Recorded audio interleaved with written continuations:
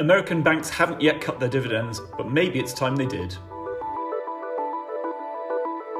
Investors love regular cash payouts, so when JPMorgan boss Jamie Dimon said on Monday that his bank could suspend its dividend if the economy gets really bad, it sounded like a dramatic step.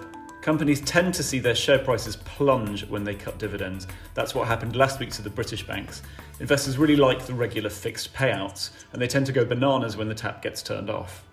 American banks, though, are a little bit different from their European counterparts. For one, the regulators here are much tougher. Banks tend to be encouraged to pay out dividends of no more than 30% of their earnings, and they're already pretty well padded when it comes to their capital ratios.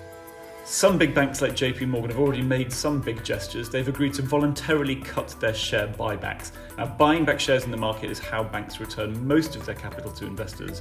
And the big four banks returned more than $250 billion over the past 5 years just by buying back shares.